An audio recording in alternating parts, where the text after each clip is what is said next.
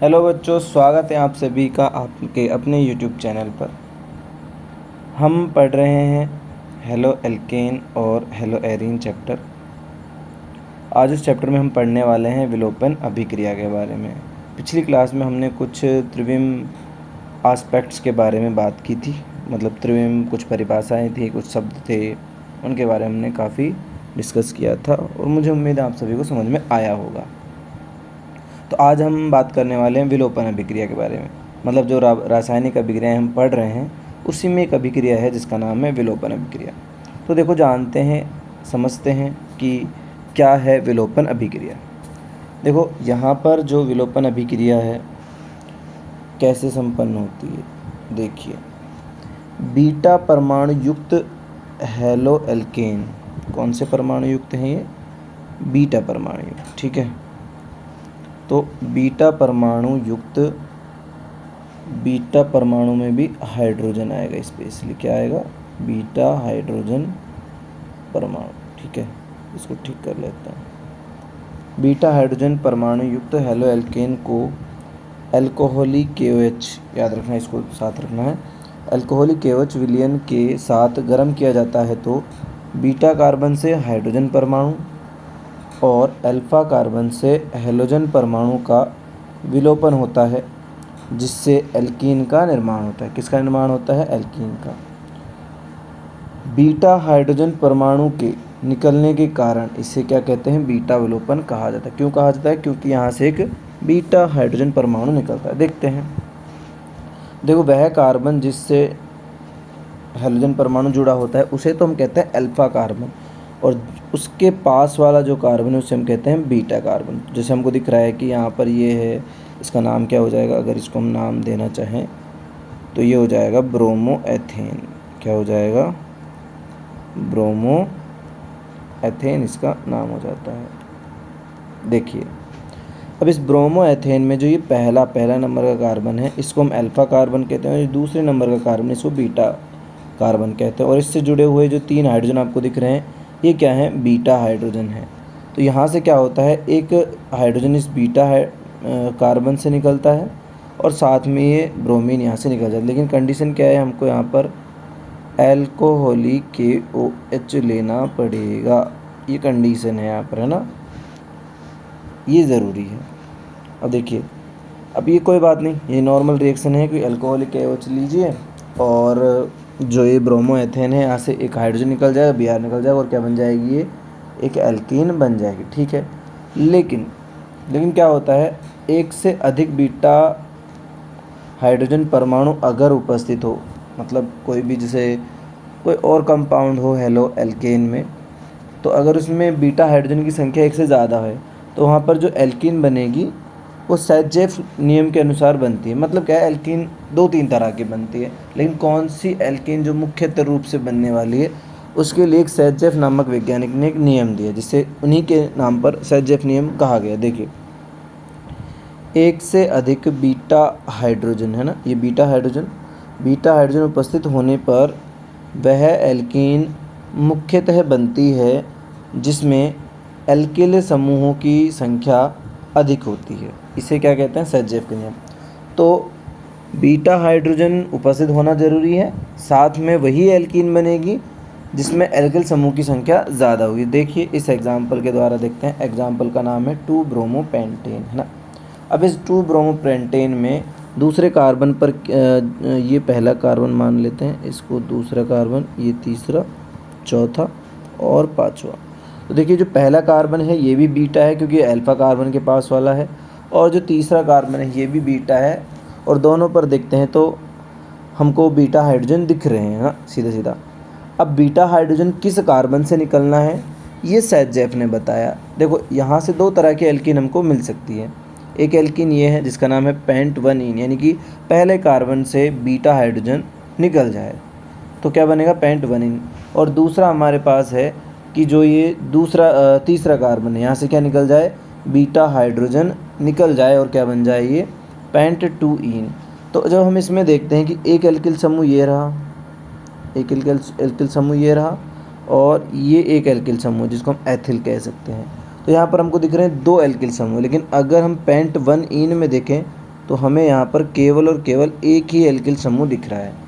यही कारण है कि मुख्यतः जो एल्कीन बनने वाली है वो है पेंट-2-ईन, और उसका परसेंटेज भी आप देख सकते हो 81% है, जबकि पेंट-1-ईन का जो परसेंटेज है वो केवल 19% है। तो इस तरह से क्या होता है कि जहाँ एल्किल समूह की संख्या ज़्यादा बनती है वो एल्कीन मुख्य रूप से बनती है बीटा विलोपन अभिक्रिया में, और ये नियम किसने बताया था? सेज़ेफ ने बताया था, उसके अनुसार ही ये होता है। ठीक है, तो ये थी बीटा विलोपन अभिक्रिया। उसके बाद देखिए एक टॉपिक है जिसका नाम है विलोपन बनाम प्रतिस्थापन। कि देखिए कोई भी जब रिएक्शन होती है तो उसके पास दो ऑप्शन होते हैं, या तो वो विलोपन अभिक्रिया दर्शाए या वो प्रतिस्थापन अभिक्रिया दर्शाए। जैसे हमारे पास भी ऑप्शन होता है, हमारे पास दो, मान लो हमको कहीं जाना है और हमारे पास दो पाथ हैं या फिर दो रास्ते हैं, तो हम उस रास्ते पर चलना पसंद करेंगे जहां हम आसानी से जा सकें, जहां पर समस्याएं कम हों। तो बस वही उसी तरह से विलोपन और प्रतिस्थापन दो पथ हैं और इन दो पथों से गुजरना है। अब वो कौन सा पथ जो रिएक्शन में डिसाइड किया जाता है वो अभिकारकों पर, नाभिक रागी पर, ताप दाब, मतलब काफ़ी सारे जो फैक्टर हैं उन पर डिपेंड करता है। जैसे देखो यहाँ पर हम देखते हैं, अगर नाभिक रागी कैसा हो, अगर नाभिक रागी बड़ा हो, कैसा हो, अगर नाभिक रागी बड़ा होता है तो विलोपन अभिक्रिया होती है। कौन सी अभिक्रिया होती है? विलोपन अभिक्रिया होती है, विलोपन अभिक्रिया होती है। ऐसा क्यों होता है? क्योंकि जो बड़ा नाभिक रागी होता है ना, वो क्या करता है, यहाँ से प्रोटॉन निकालने के लिए, मतलब एक तरह से क्षार की भांति व्यवहार करता है और यहाँ से प्रोटॉन निकालने की कोशिश करता है। किससे? यहाँ पर हेलो एल्केन से। ये क्या है? ये है हेलो एल्केन, या फिर हम यहाँ इसे कह सकते हैं ब्रोमोप्रोपेन। ये 2 ब्रोमोप्रोपेन, 2 ब्रोमोप्रोपेन हो जाता है ये। ठीक है, लेकिन अगर हम ये कब है? जब ये देखो ये 3 डिग्री लिया हुआ है हमने, नाभिक रागी है ना। यहाँ पर अगर देखें, अगर नाभिक रागी कैसा हो? छोटा हो।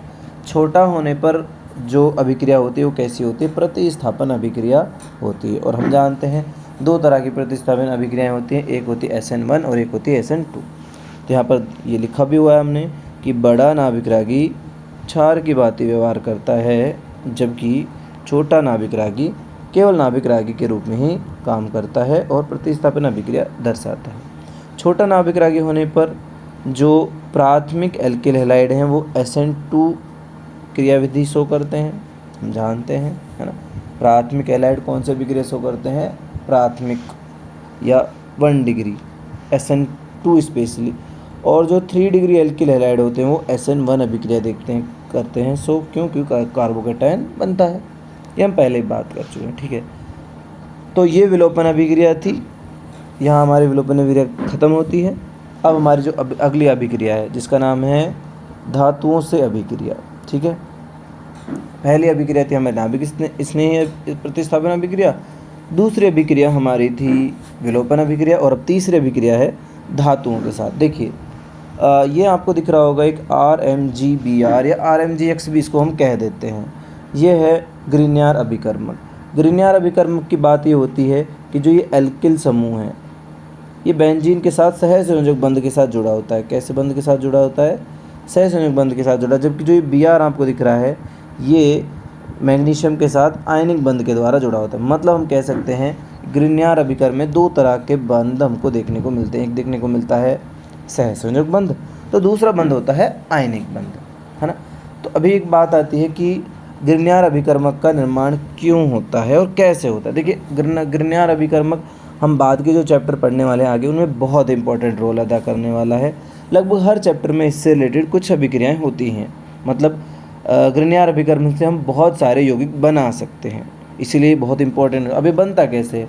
ये यहाँ पर देखो, ये है ब्रोमो एथेन। क्या है ये है ब्रोमो एथेन। तो ब्रोमो एथेन की अभिक्रिया जब हम किससे कराते हैं? मैग्नीशियम से कराते हैं। प्रेजेंस है शुष्क ईथर की, याद रखना शुष्क ईथर की उपस्थिति होना जरूरी है। तो शुष्क ईथर की उपस्थिति में ब्रोमो एथेन की अभिक्रिया मैग्नीशियम से कराते हैं तो हमें RMGBr या हम कह सकते हैं ये ग्रिग्नार्ड अभिकर्मक हमको प्राप्त होता है। तो हम यहाँ एक बात हमको पता चली कि ग्रिग्नार्ड अभिकर्मक का निर्माण किससे होता है? हैलो एल्केन से होता है। होता कब है? जब हैलो एल्केन की अभिक्रिया हम मैग्नीशियम से कराते हैं, और हम क्रिया भी करा रहे हैं कि हैलो एल्केन की धातुओं से अभिक्रिया करा रहे हैं। ठीक है, तो देखो अब RMGX का क्या फ़ायदा होता है? ये बहुत ही रिएक्टिव होता है और ये नमी के साथ बहुत ज़्यादा रिएक्टिव है। अगर इसको हल्की सी भी नमी आपने दे दी तो ये उस नमी से क्या कर लेगा? वहाँ से प्रोटॉन ले लेगा और तुरंत निर्माण कर देगा इसका, एल्केन का। ये क्या है? ये है एल्केन। तो ये बहुत ज़्यादा क्रियाशील होता है और नमी से बहुत ज़्यादा सेंसिटिव है, संवेदनशील है नमी के साथ। ये नमी जैसे इसको दिखी, हल्की सी भी नमी इसको दिखी तो ये क्रिया कर लेता है, इसलिए इसे शुष्क ईथर में रखा जाता है और इसी के साथ अभिक्रियाएँ कराई जाती हैं। तो ये RMGX था जिससे हम एल्केन बना सकते हैं, है ना। और अगर हम बात करें, इसका उपयोग हम मोस्टली करते हैं जब हमको एक एल्केन बना होना हो, कोई भी एल्केन। जैसे मान लो अगर हम ये रिएक्शन कराते, यहाँ CH3 लेते, है ना, यहाँ Mg मान लो, इधर Cl हो जाता और फिर H2O की रिएक्शन होती, तो हमको यहाँ से क्या मिलता? CH4 मिल जाता। CH4 क्या है? मैथेन है। इस तरह से हम जब भी अगर हमको रिएक्शन में क्या बनानी हो, कोई भी हाइड्रोकार्बन बनाना हो, तो इस तरह से हम बना सकते हैं। उसके बाद देखिए वुड्स अभिक्रिया क्या है। वुड्स अभिक्रिया एक इम्पॉर्टेंट अभिक्रिया है, महत्वपूर्ण अभिक्रिया है, जो आपके एग्ज़ाम में पूछी जाती रही है। बहुत ही ईजी अभिक्रिया है। देखो यहाँ पर क्या कहता है, जो ये हैलो एल्केन आपको दिख रहा है RX जिसे हम कह रहे हैं, इसकी अभिक्रिया कराते हैं हम शुष्क ईथर की उपस्थिति में सोडियम के साथ। किसके साथ का? सोडियम धातु याद रखना, और हम पढ़ रहे हैं धातु के साथ अभिक्रिया, है ना। तो ये हैलो एल्केन की अभिक्रिया हम कराते हैं शुष्क ईथर की उपस्थिति में। किसके साथ? सोडियम के साथ जब कराते हैं तो हमें हाइड्रोकार्बन प्राप्त होते हैं। क्या प्राप्त होते हैं? हाइड्रोकार्बन प्राप्त। याद रखना, इससे पहले RMGX से भी हमको हाइड्रोकार्बन जो कि एल्केन है वो प्राप्त होते हैं। अब कैसे प्राप्त होते हैं? इसके लिए हमको 2 मॉलिक्यूल लेने पड़ते हैं। किसी ये हाइड्रोकार्बन हैलो एल्केन के 2 मॉलिक्यूल हैं और ये सोडियम है। सोडियम एक बहुत क्रियाशील धातु है, इसीलिए हम जो जिस माध्यम का उपयोग करते हैं उससे कहते हैं हम शुष्क ईथर। शुष्क ईथर में ही रिएक्शन करेगा, वरना ये भी बाहर की नमी से रिएक्शन कर सकता है। तो देखो जैसे हम इसके साथ रिएक्शन करेंगे तो ये एक सोडियम इस X को ले जाएगा, दूसरे सोडियम इस हैलोजन परमाणु को ले जाएगा और यहाँ से निकल जाएगा 2NaX। ये दोनों R क्या कर देंगे? अपने आप एक दूसरे के साथ बंध बना लेंगे और ये बन जाएगा कोई एल्केन। क्या बन जाएगा? ये एल्केन बन जाएगा। यहाँ हमने एग्जाम्पल भी लिया है, ये है मेथिल क्लोराइड। ये भी क्या है? मेथिल क्लोराइड है। यहाँ सोडियम ले लिया है और मेथिल क्लोराइड की जब रिएक्शन कराई जाती है सोडियम धातु के साथ तो हमें प्राप्त होता है एथेन। क्या प्राप्त होता है? एथेन। तो इस तरह से एथेन का निर्माण हो जाता है। तो ये अभिक्रियाएँ थी हैलो एल्केन की। हैलो एल्केन की हमने सभी अभिक्रियाएँ देख ली। याद रखना, वुड्स अभिक्रिया, विलोपन अभिक्रिया, धातुओं के साथ अभिक्रिया, ये सभी हमने देख ली। अब स्टार्ट होती हैं हैलो एरीन की अभिक्रियाएँ। किसकी अभिक्रियाएँ? हैलो एरीन की। हैलो एल्केन की खत्म हो चुकी है। अब देखिए सबसे पहली अभिक्रिया जो आती है वो है नाभिक रागी प्रतिस्थापन अभिक्रिया। देखिए एरिल हैलाइड या फिर हम कह सकते हैं हैलो एरीन, या तो कहते हैं एरिल हैलाइड या कहते हैं हैलो एरीन, एक ही बात है। ये जो एरिल हैलाइड है ये नाभिक रागी प्रतिस्थापन अभिक्रिया बहुत कम दर्शाते हैं, बहुत ही कम क्रियाशील होते हैं। अब उसके कुछ रीज़न है, कुछ कारण है कि ऐसी क्या इनके साथ बात हो गई, क्या इनकी दुश्मनी है कि ये नाभिक रागी प्रतिस्थापन अभिक्रिया नहीं दिखा सकती। अभी हम हैलो एल्केन में नाभिक रागी प्रतिस्थापन अभिक्रिया इतना डिटेल से पढ़ के आए हैं और यहाँ आए कि ये दिखाई नहीं रहे। ऐसा क्या हो गया कि ये नहीं दिखाते? चलो देखते हैं। इसका पहला रीज़न है अनुनाद प्रभाव। देखिए यहाँ पर जो ये हैलोजन है क्लोरीन है, इसके पास आपको दिख रहे होंगे 3 लोन पेयर है। एक ये रहा, 1 2 और ये 3 लोन पेयर हैं। तो ये लोन पेयर क्या करते हैं? ये इसके साथ बेंजीन के साथ भाग ले लेते हैं बेंजीन रिंग में। ऐसा क्यों? ऐसा इसलिए कि जो ये बेंजीन रिंग है, क्या है? ये बेंजीन रिंग जो है ये क्या करती है? इलेक्ट्रॉन को अपनी ओर आकर्षित करती है। इस कारण से ये इलेक्ट्रॉन को आकर्षित करती है, तो ये इलेक्ट्रॉन किसमें? बेंजीन की रिंग में भाग ले लेते हैं। और ये विभिन्न प्रकार की स्ट्रक्चर आपको दिख रही होगी कि ये ऋणावेश आ चुका है ऑर्थो परिस्थिति पर, ये आ जाता है पैरा परिस्थिति पर, या इस स्थान पर आ जाता है। इस तरह से इसमें भाग लेने के कारण जो इसके इलेक्ट्रॉन हैं किसके, क्लोरीन के, यहाँ पर द्विबंध का निर्माण करते हैं। किसका, ये रहा द्विबंध का, इस द्विबंध का निर्माण करते हैं। तो द्विबंध के निर्माण के करना कारण और अनुनाद जो है इस द्विबंध को क्या करता है, स्थायित्व प्रदान करता है। अब अगर किसी बंध में दो बंध आ जाएं तो उस दो बंध को तोड़ना बड़ा मुश्किल हो जाता है। क्या हो जाता है, बड़ा मुश्किल हो जाता है। इसी कारण से क्या नहीं हो पाता, इसका विकुंड या अपघटन नहीं हो पाता क्लोरीन और बेंजीन रिंग के मध्य जो बंध है। और ऐसा क्यों है कि वहाँ पर द्विबंध आ जाता है। अनुनाद के कारण कार्बन Cl आबंध में आंशिक द्विबंध के गुण आ जाते हैं, जिसके कारण हेलोएरीन का बंध का विदलन कठिन हो जाता है। मतलब इनके बंध को तोड़ना थोड़ा कठिन हो जाता है। और यही कारण है कि ये नाभिक रागी प्रतिस्थापन अभिक्रिया नहीं देते हैं। देखिए दूसरा कारण है जो बेंजीन का, ये बेंजीन जो है ये क्या है, ये बेंजीन है। ये जो बेंजीन है इसके प्रत्येक कार्बन का sp2 संकरित होना। अब देखिए क्या होता है कि जैसे जैसे ये संकरण है, कुछ sp प्रकार का संकरण है, एक होता है sp2 प्रकार का संकरण, एक होता है sp3 प्रकार का संकरण। जैसे जैसे p कक्षक कम हो जाते, देखो यहाँ 3 p कक्षक हैं, यहाँ 2 p कक्षक हैं और यहाँ केवल 1 है। जैसे जैसे p कक्षक कम होते जाते हैं वैसे वैसे s कक्षकों का जो गुण है वो बढ़ता जाता है। और जैसे जैसे s कक्षकों का गुण बढ़ता जाता है तो इनकी विद्युत ऋणता भी बढ़ती जाती है। तो यहाँ पर sp कक्षकों की या sp अगर संकरण होता है तो वहाँ सर्वाधिक विद्युत ऋणता होती है। उसके बाद sp2 और sp3। तो ये संकरण कैसा है, sp2 संकरण। इसके कारण क्या होता है, जो कार्बन होता है वो अपनी ओर इलेक्ट्रॉन्स को खींचता है। बेंजीन रिंग का कार्बन है ना, इलेक्ट्रॉन को खींचने के कारण ये आसानी से नहीं टूट पाते। जबकि हम देखते हैं जो ये हेलो एल्केन है इनका जो कार्बन होता है वो कैसा होता है, sp3 संकरण होता है, जो कि कम विद्युत ऋणता शो करता है। तो ये दूसरा कारण रहा जो नाभिक रागी प्रतिस्थापन अभिक्रिया नहीं होने दे रहा है। उसके बाद बात करते हैं, अगला जो कारण है वो है फेनिल धनायन का अस्थायित्व। मतलब अगर सोचो यहाँ पर ये हो भी जाए, है ना, यहाँ पर जो क्लोरीन है वो यहाँ से इस तरह से अलग हो जाए, ये अलग हो गई। अगर क्लोरीन अलग हो भी जाती है तो क्या बनेगा, तो यहाँ पर क्योंकि क्लोरीन तो इलेक्ट्रॉन लेके जाएगी तो यहाँ पर बन जाएगा धनायन। क्या बन जाएगा, धनायन, और ये क्लोराइड आयन। अब हमने देखा था हेलो एल्केन में कार्बोकैटायन का स्थायित्व देखा था कि 3 डिग्री ज़्यादा स्थायी होता है, फिर 2 डिग्री होता है, फिर 1 डिग्री होता है। लेकिन ये जो धनायन बना है ये कैसा होता है, कम स्थायी होता है। ये बहुत ही कम स्थायी होता है। ये स्थायी कम होने के कारण इसी को क्या कहते हैं, इसी को फेनिल धनायन कहते हैं। क्या कहते हैं, इसी को हम फेनिल धनायन कहते हैं। तो ये बहुत कम स्थायी होने के कारण ये बनता ही नहीं है। अगर ये नहीं बनेगा तो फिर टूटेगा कैसे भाई। अगर कार्बोकैटायन स्थायित्व होता है तो वो बनना चाहेगा भाई, कोई भी जो भी यौगिक है वो स्थायित्व प्राप्त करना चाहेगा। तो स्थायित्व अगर, लेकिन ये जो संरचना है फेनिल धनायन की, ये तो स्थायित्व है, स्थायी है ही नहीं, तो ये बनना भी नहीं चाहेंगे। तो ये एक कारण हो जाता है नाभिक रागी प्रतिस्थापन अभिक्रिया नहीं दर्शाने का।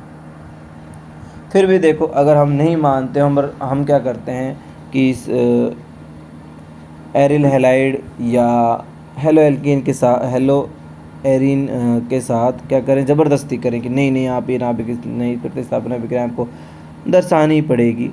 तो फिर देखो वो परिस्थितियाँ किस तरह की हुई। उसके लिए हमको सोडियम हाइड्रोक्साइड्स के साथ रिएक्शन करानी पड़ेगी। लेकिन टेम्परेचर देखें आप, 623 केल्विन टेम्परेचर लेना पड़ेगा। कितना टेम्परेचर लेना पड़ेगा, 623 केल्विन। अगर आप सोचो कि आपको ये दर्शाना है डिग्री सेल्सियस में तो कितना टेम्परेचर हो जाता है, कितना टेम्परेचर हो जाता है, मतलब ये हो जाता है, आप देखिए 323 एंड 27 यानी कि तकरीबन 340 डिग्री सेल्सियस टेम्परेचर हो जाता है। 350 डिग्री सेल्सियस क्या हो जाता है, तापमान हो जाता है। इतना ज़्यादा तापमान और 300 एटीएम प्रेशर, दाब हमको लगाना पड़ेगा, तब जाके ये रिएक्शन संपन्न होगी। इसमें पहले ये बनता है phenoxide ion, sodium phenoxide ion. क्या है ये, sodium phenoxide ion. Sodium phenoxide ion, ये बन जाता है, आयन यहाँ बनता है। और उसके बाद इसका हम करा देते हैं, किसी भी अम्ल से रिएक्शन कराएंगे और अम्ल से रिएक्शन कराने पर मिल जाएगा ये क्या है, फिनॉल है। ये वाली जो स्ट्रक्चर यहाँ दिख रही है ये क्या है, ये है फिनॉल। तो फिनॉल बन जाती है इस तरह से। लेकिन रिएक्शन बहुत ही एडवांस परिस्थितियाँ हैं, बहुत ज़्यादा ताप और बहुत ज़्यादा ताप हमको इनकी परिस्थितियों के लिए रखना पड़ेगा। देखिए, ऑर्थो तथा पैरा स्थिति पर -I समूह NO2 उपस्थित होने पर हेलोएरिन की क्रियाशीलता है ना, हेलोएरिन की क्रियाशीलता बढ़ जाती है। क्यों बढ़ जाती है भाई? देखो ये क्या करते हैं, जो ये -I है ना, अब देखो ये -I का मतलब क्या है, -I का मतलब होता है ऐसे समूह जो इलेक्ट्रॉन आकर्षित करते हैं। क्या करते हैं? इलेक्ट्रॉन को अपनी ओर आकर्षित करते हैं। ऐसे समूह को हम क्या कहते हैं? -I समूह कहते हैं, जो अपनी ओर इलेक्ट्रॉन को आकर्षित करते हैं। अगर ऐसे समूह इस क्लोरोबेंजीन पर या हम कहें हेलोएरिन पर जुड़ जाते हैं तो ये अपनी ओर इलेक्ट्रॉन को आकर्षित करेंगे। तो ये क्या करेंगे? बेंजीन रिंग से ही इलेक्ट्रॉन खींचेंगे। बेंजीन रिंग से इलेक्ट्रॉन खींचेंगे तो क्लोरीन पर थोड़ा सा कम इफेक्ट पड़ेगा, जिसके कारण क्या होगा, ये बंध थोड़ा टूट सकता है। इसे देखो, वहाँ 623 केल्विन था तो यहाँ अब टेम्परेचर घटकर हो जाता है 443 टेम्परेचर हो जाता है, और 443 केल्विन टेम्परेचर हो जाता है। और इस पर हम क्या बना सकते हैं? फिनॉल बना सकते हैं। अगर हमने यहाँ 2 NO2 समूह यहाँ लगा दिया, केवल अकेला था अब, है ना, और यहाँ हमने 2 NO2 समूह लगा दिए तो देखो टेम्परेचर कितना हो गया, 368 केल्विन। पहले 443 था, अब 368 हो गया। फिर यहाँ पर भी 2 NO2 समूह जुड़ जाएंगे और तो और पैरा पर फिनॉल बन जाएगा। उसके बाद अगर हमने क्या लिया, 3 NO2 समूह यहाँ ले लिए ना, जिसको हम कह भी सकते हैं, इसको हम कह सकते हैं जैसे 1 2 3 4 5 6, है ना। तो हम कह सकते हैं, इसका नामकरण करना चाहें तो क्या नामकरण होगा देखते हैं। 2 4 6 ट्राई नाइट्रो क्या हो जाएगा, ट्राई नाइट्रो क्लोरो 1 क्लोरो कर देते हैं इसको भी तो नंबर देंगे, लेकिन हमको 1 पहले लिखना पड़ेगा क्योंकि क्लोरो पहले आता है नाइट्रो से।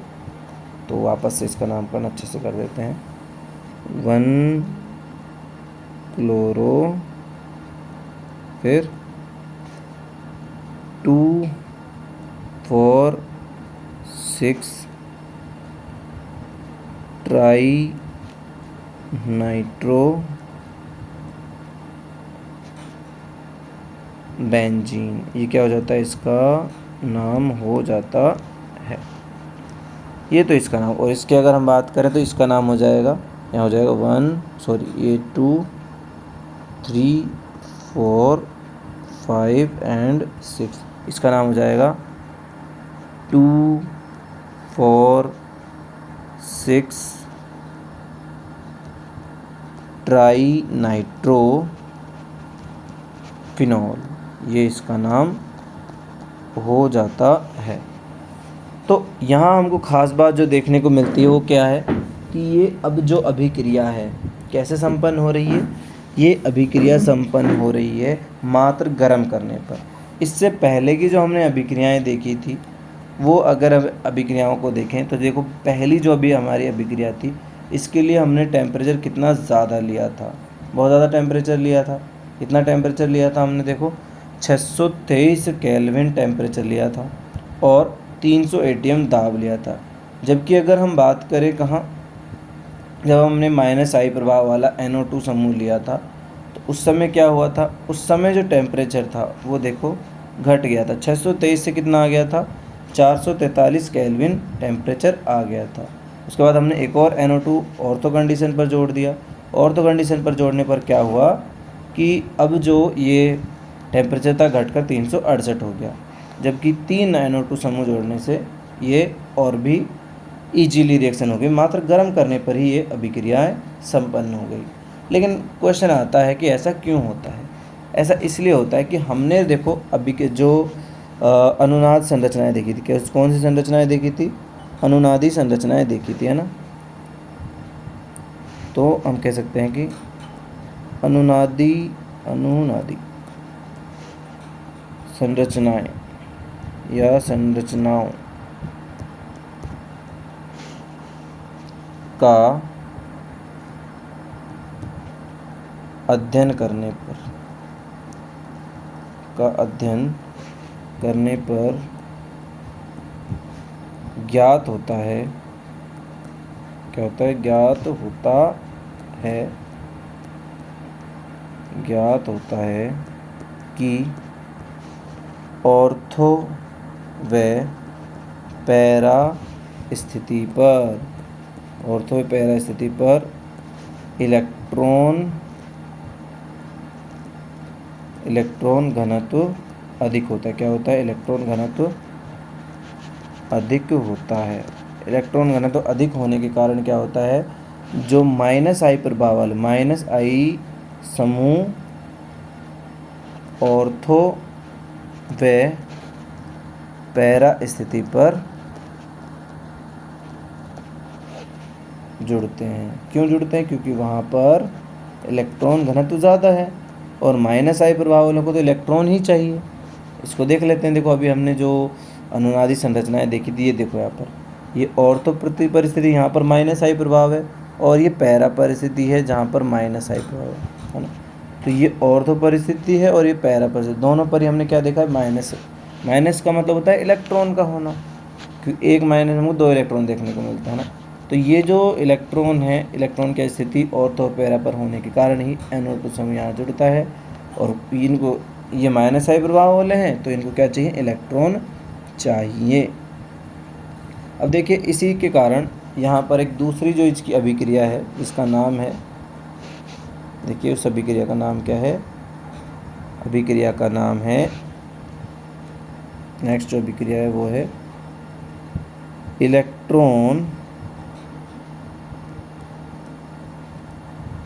इलेक्ट्रॉन स्नेही प्रतिस्थापन अभिक्रियाएं। इलेक्ट्रॉन स्नेही प्रतिस्थापन अभिक्रिया। देखो अब अभी हमने नाभिक राय की प्रतिस्थापन अभिक्रिया देखी, अब देखते हैं इलेक्ट्रॉन स्नेही प्रतिस्थापन अभिक्रिया।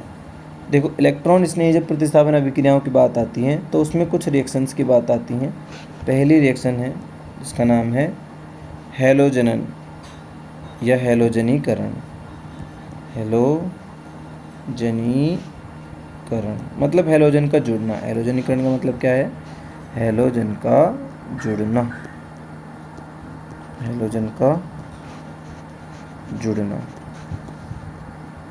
अब हैलोजन खुद क्या है? ये -I प्रभाव वाले दर्शाते हैं। कौन सा प्रभाव दर्शाते हैं? ये -I प्रभाव अब इलेक्ट्रॉन स्नेही जितने भी होंगे वो सब इलेक्ट्रॉन स्नेही है, मतलब उनको इलेक्ट्रॉन चाहिए तो वो -I प्रभाव दर्शाएंगे, और जितने भी -I प्रभाव वाली होगी वो सब ऑर्थो और पैरा पर ही आकर जुड़ेंगे। देखो जैसे हम ये रिएक्शन देखते हैं, ये क्या है? ये है यहाँ पर क्लोरोबेंजीन है। अब हमने इसकी रिएक्शन कराई है Cl2 से, और ये रिएक्शन होती है निर्जल FeCl3 की उपस्थिति में। किसकी उपस्थिति में होती है? निर्जल AlCl3 की उपस्थिति में होती है, और इससे 2 तरह के उत्पाद बनते हैं हमको, दोनों एक दूसरे के समाअवयवी होते हैं। एक उत्पाद ये है, देखो एक उत्पाद ये है ना, और एक उत्पाद हो जाता है ये 2 उत्पाद हमको देखने को मिलते हैं। यहाँ Cl है, एक परिस्थिति में ऑर्थो परिस्थिति में Cl जुड़ता है ऑर्थो स्थिति पर, दूसरा जुड़ता है पैरा स्थिति पर। अब यहाँ पर क्या है? अगर नामकरण की बात करें, दोनों का नामकरण भी ज़रूरी है भाई, है ना। ये इसको हम 1 नंबर दे देते हैं, इसको 4 नंबर दे सकते हैं। तो इसको कह देते हैं 1,4-डाइक्लोरो बेंजीन। 1,4-डाइक्लोरोबेंजीन, इसको क्या कहते हैं, इसको हम कहते हैं 1, इसके 2 नंबर हो जाएगा, ये 1 नंबर हो जाएगा। 1,2-डाइक्लोरोबेंजीन, ये होगा, ठीक है। तो ये रिएक्शन हुई। अब इस रिएक्शन में ख़ास बात यह है कि जो ये पैरा स्थिति पर जो क्लोरीन जुड़ा है, ये मुख्य रूप से बनता है। कैसे बनता है ये मुख्य रूप से बनता है, और ये कम मात्रा में बनता है, अल्प मात्रा में। ऐसा क्यों है? इसका रीज़न होता है इनकी क्रिस्टल संरचना। पैरा वाले इसकी जो क्रिस्टल संरचना बहुत अच्छी होती है, एकदम सिस्टमेटिक होती है, जिसके कारण क्या होता है, अगर इनको तोड़ना है तो फिर इनको ज़्यादा एनर्जी खर्च करनी पड़ेगी। जबकि जो ये ऑर्थो वाले हैं, इनकी क्रिस्टल संरचना उतनी अच्छी नहीं होती है, ये इनका रीज़न होता है। उसके बाद देखो इलेक्ट्रॉन स्नेही जो प्रतिस्थापन अभिक्रिया है, उसमें अगली जो रिएक्शन आती है, सेकंड नंबर की यहाँ रिएक्शन है। देखिए इस सेकंड नंबर की रिएक्शन क्या है, सेकंड नंबर की रिएक्शन है नाइट्रीकरण। क्या है? नाइट्रीकरण है। नाइट्रीकरण में होता क्या है, हम NO2 समूह जोड़ते हैं। क्या करते हैं? NO2 समूह जोड़ते हैं। देखिए ये यहाँ पर क्या है, क्लोरोबेंजीन है। इसकी रिएक्शन हम कराते हैं HNO3 से, नाइट्रिक अम्ल से कराते हैं। लेकिन इस रिएक्शन को कराने के लिए हमको जो प्रेजेंस चाहिए, उपस्थिति चाहिए, वो चाहिए सांद्र H2SO4, मतलब सल्फ्यूरिक अम्ल की उपस्थिति चाहिए। इसकी उपस्थिति हमको वही 2 तरह के कंपाउंड, यहाँ 2 तरह के यौगिक प्राप्त होते हैं। कौन कौन से यौगिक हैं ये? देखो, एक यौगिक हो जाता है ये जब पैरा स्थिति पर क्या जुड़े, NO2 जुड़े। और एक कंडीशन क्या है, जब NO2 जो है कौन सी स्थिति पर जुड़े, NO2 जुड़े यहाँ पर ऑर्थो परिस्थिति पर जुड़ जाए। कौन सी परिस्थिति है ये यहाँ पर ऑर्थो परिस्थिति, NO2, ठीक है। इसको थोड़ा सा और अच्छे से बना लेते हैं।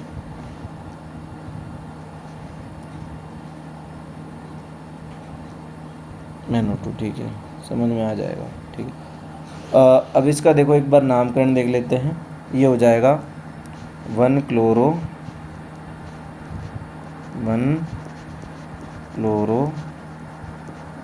4-नाइट्रो 1,4-नाइट्रो बेंजीन, ये इसका क्या हो जाएगा, नाम हो जाएगा। यहाँ बात करें तो ये हो जाएगा 1,क्लोरो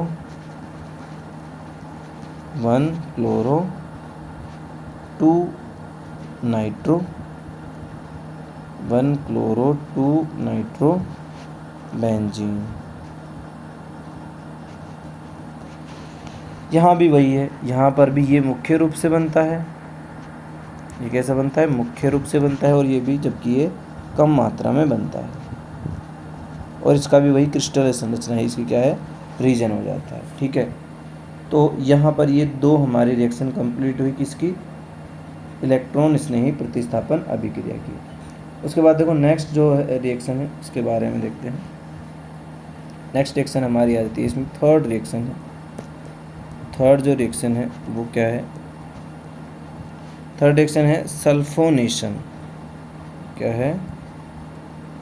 सल्फोनेशन। देखो सल्फोनेशन में क्या होता है, सल्फोनेशन अभिक्रिया में हम वापस से ले रहे हैं क्लोरोबेंजीन,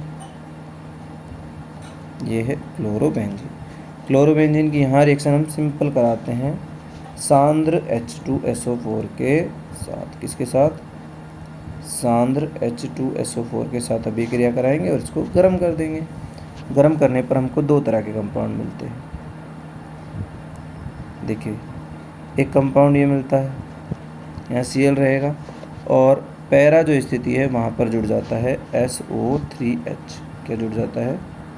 SO3H। और एक दूसरा हमको जो यौगिक मिलता है या कंपाउंड मिलता है उसमें क्या होता है, यहाँ पर ये जो SO3H है ये कहाँ जुड़ जाता है? ये ऑर्थो परिस्थिति पर जुड़ जाता है। अब देखो इनका IUPAC नाम बड़ा इंपॉर्टेंट हो जाता है, बहुत बहुत ज़्यादा इंपॉर्टेंट कहेंगे।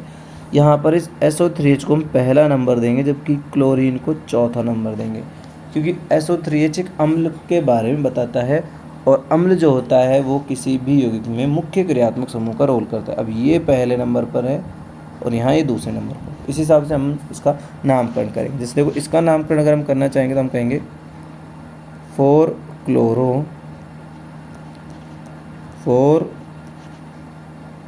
क्लोरो बेंजीन सल्फोनिक अम्ल। क्या कहेंगे? सल्फोनिक अम्ल कहेंगे।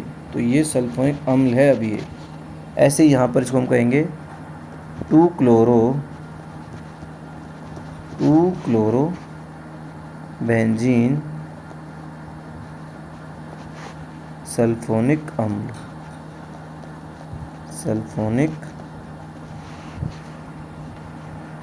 अम्ल, ये इसको कहेंगे। और यहाँ भी वही है, ये मुख्य रूप से बनने वाला है और ये बनेगा कम मात्रा में। ठीक है, ये एक अभिक्रिया यहाँ संपन्न हो जाती है। अगली अभिक्रिया के बारे में बात करते हैं। अगली अभिक्रिया कौन सी आ जाती है? अब जो अगली अभिक्रिया है उसका नाम है फ्रीडेल क्राफ्ट अभिक्रिया। क्या है? देखिए अभिक्रिया का नाम है, चौथी अभिक्रिया है इलेक्ट्रॉन प्रतिस्थापन अभिक्रिया में, फ्रीडेल क्राफ्ट अभिक्रिया। फ्रीडेल क्राफ्ट अभिक्रिया, ये अभिक्रिया देखिए। इस अभिक्रिया में हम दो रिएक्शंस मुख्यतः देखते हैं। इसमें पहली रिएक्शन आती है जब हम क्या करते हैं, एक एल्किल समूह ऐड करते हैं। क्या करते हैं? इसको एल्किलीकरण भी कह देते हैं। क्या कह देते हैं? एल्किलीकरण। इसी के अंदर आती है फ्रीडेल क्राफ्ट में। फ्रीडेल क्राफ्ट में दो अभिक्रियाएँ आती हैं। पहली रिएक्शन में देखो क्या होता है, यहाँ पर ये हमारा क्या है? क्लोरोबेंजीन है। यह है क्लोरोबेंजीन। अब इस क्लोरोबेंजीन की जो रिएक्शन हम कराते हैं CH3Cl के साथ, इसकी रिएक्शन कराने पर, इसकी रिएक्शन लेकिन होती है निर्जल AlCl3 में। इसकी प्रेजेंस में होती है निर्जल AlCl3 की प्रेजेंस में ये रिएक्शन होती है। जब इसकी रिएक्शन कराई जाती है तो हमको दो तरह के यौगिक प्राप्त होते हैं। है समाअवयवी, वही उसी तरह से होगा। CH3 कहाँ जुड़ता है? जैसे यहाँ पर एक बार ये पैरा स्थिति पर जुड़ जाए CH3 समूह और एक बार जुड़ जाए ऑर्थो स्थिति पर। कौन सी स्थिति पर? ऑर्थो। शाबाश, ऑर्थो स्थिति पर जुड़ जाता है इस तरह से यहाँ CH3। ठीक है, इनका नामकरण अगर हम करना चाहें तो इनका नामकरण क्या हो जाएगा? देखो इनका नामकरण हो जाएगा 1 क्लोरो 2 मेथिल बेंजीन। इसका हो जाएगा, किसका हो जाएगा? 1 क्लोरो 2 मेथिल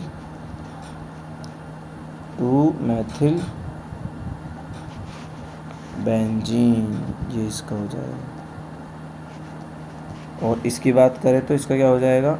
इसको अगर हम नामकरण करना चाहें तो यहाँ पर 1, ये 4, तो 1 क्लोरो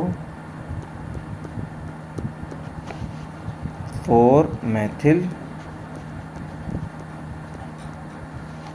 बेंजीन इसका नाम हो जाता है। ठीक है,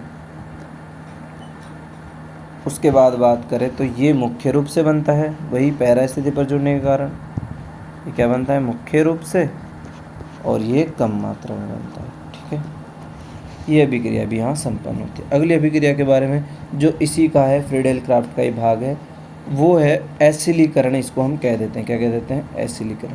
B नंबर की अभिक्रिया है ये, एसिलेशन या एसिलीकरण। एसिलीकरण का मतलब होता है एसिल समूह का जुड़ना। देखिए एसिल समूह क्या होता है? यहाँ पर हम अभिक्रिया करा रहे हैं किसकी, क्लोरोबेंजीन की। ये यहाँ पर क्लोरोबेंजीन है, इसकी रिएक्शन हम करा रहे हैं। ये है, इसको हम कहते हैं अम्ल हैलाइड। ये जो समूह है इसको कहा जाता है अम्ल हैलाइड। क्या कहा जाता है, अम्ल हैलाइड। रिएक्शन उसी तरह से हो रही है, किस तरह से हो रही है, निर्जल AlCl3 की प्रेजेंस में हो रही है, निर्जल AlCl3। ठीक है, वही दो तरह के कंपाउंड हमको यहाँ मिलने वाले हैं। कौन कौन से तरह के, एक कंपाउंड हमको यहाँ मिलने वाला है, ये तो Cl जुड़ गया। अब यहाँ पर क्या होगा, ये होता है एसिल समूह। क्या है, ये है एसिल COCH, ये ऑर्थो स्थिति पर जुड़ गया यहाँ पर। हाँ, और अगर बात करें दूसरा वाला, मैं यहाँ बना देता हूँ, ये इसको यहाँ बना देता हूँ। ठीक है, दूसरा वाला कहाँ जुड़ेगा, वो इस तरह से जुड़ जाएगा। यहाँ Cl, यहाँ C+O, यहाँ CH3 मैंने यहाँ जोड़ दिया। अब दोनों का नामकरण कर देखो, अब ये फिक्स हो गया कि ये मुख्य बनेगा क्योंकि पैरा स्थिति पर जुड़ा है ना। और ये कम मात्रा में बनेगा, क्यों, क्योंकि ये ऑर्थो स्थिति पर जुड़ा है। ठीक है, अब इनका अगर हम नामकरण करना चाहें तो इनका नामकरण क्या हो जाएगा, इनका नामकरण हो जाएगा, इसका तो जाएगा, इसको हम पहला नंबर देंगे, ये दूसरा नंबर, क्योंकि ये कीटोन बन रहा है। अब देखो कहेंगे 2-क्लोरो, तो कहेंगे 2-क्लोरो, ये है एसिड समूह, इसलिए इसको एसीटोफिनोन। एसीटोफिनोन, फिनोन क्यों, क्योंकि ये बन गया है भाई कीटोन। क्या बन चुका है, कीटोन। और इसकी अगर हम बात करें तो यहाँ पर ये पहला कार्बन, इसको हम दूसरा नंबर देंगे, तो यहाँ कहेंगे 2-क्लोरो,